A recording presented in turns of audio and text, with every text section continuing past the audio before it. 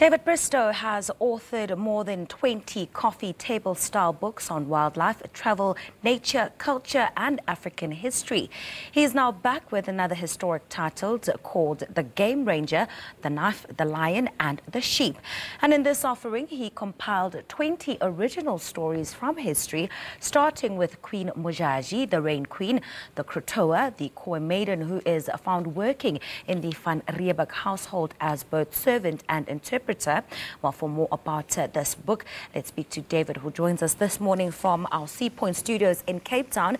David, thank you so much for making the time to come chat to us this morning. Talk to us about where the idea to write stories about what you call little-known characters from South Africa.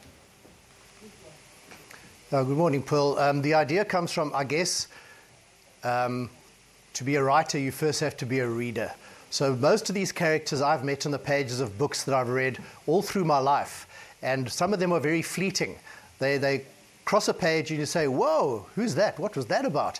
And so I've gone back now and researched, quite deep research in some cases, to the National Archives, the old libraries, and found manuscripts that reveal the lives of people who we wouldn't otherwise know much about.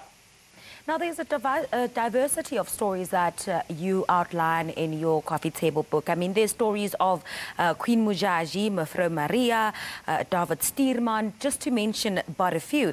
Take us through just some of the interesting characters that you came across while compiling this book. Oh, yeah, so many.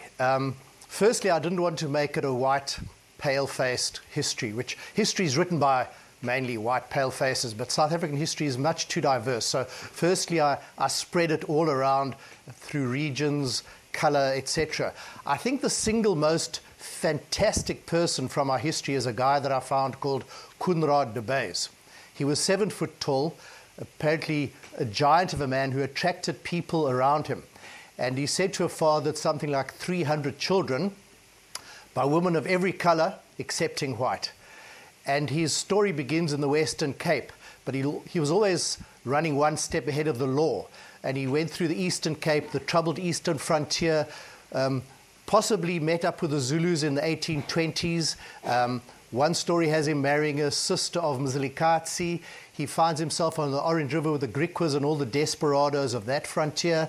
He gaps it during the Diffikwani Wars of the late mid-1820s, and said to be the first white man to cross the Vaal Rivier and settle in the Soutpansberg. And his descendants, the Beys folk, still live in a place called Beysdorp in the shadow of the Soutpansberg in Venda. Ostensibly they're Venda people, but they're not really. Well, David, it sounds like quite a lot of amount of research went into this book. Take us just through the process that you went through to get this book to be the product that it is, all polished and complete and simple for the reader. Well, let me tell you about tracking down Kunrad de Beys.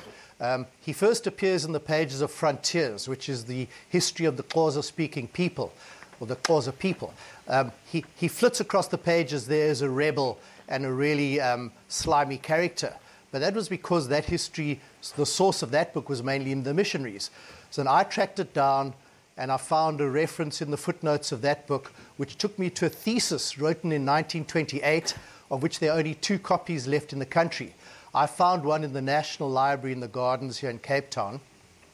And then that led me on to Google searching, and I found a book written in the 1940s by Sarah Gertrude Millen, which is a very jingoistic white take on his life, which is actually quite a bad story, but anyway. And then I found that book in a second-hand bookstore in Youngstown, Missouri, the USA. And then eventually that led me to finding a historical document, The Travels of Henry Lichtenstein, who was the only person to write about him that actually met him. So that's the kind of research I had to do to dig out the real stories behind these people. Well, David, you're already on to your next journey. I mean, you recently headed to the West Coast on Umkhombe's maiden voyage just to do some research on your next book, your next project. What would you like to shed some light with regards to that? Yeah, so 20 amazing characters. The next obvious thing in my mind was, because I've been mainly a travel journalist for 30-odd years, I thought, okay, 20 amazing places, but not the places that most people will know about, the lesser-known places, with like the characters, the kind of place you say, oh, I know of that, like Helen Martins or Modjadji Rain Queen, but you don't really know. So there's places, well, where I've been to now, the West Coast Fossil Park, which is, after the cradle of humankind, the second most important fossil site in South Africa and of its kind in the world.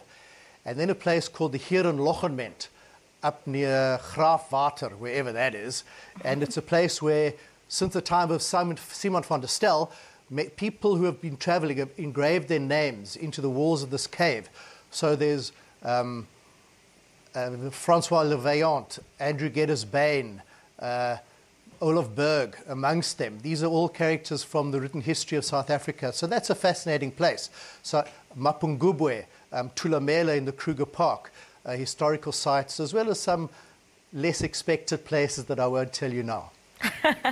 All right, David, that's fine. We'll catch up with you another time. Thank you so much for your time and all the best.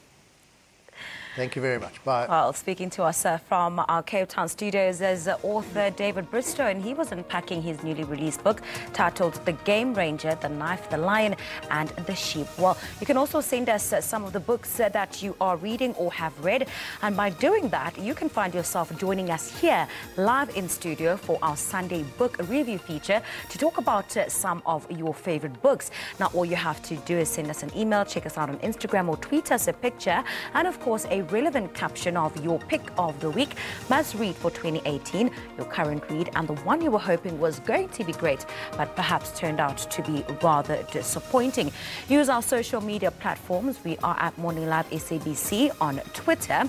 Our Facebook page is Morning Live SABC. Our Instagram page is at Morning Live SABC, and you can simply drop us a line on our email, morninglive@sabc.co.za. Time for us to take a quick break. Do stay with us.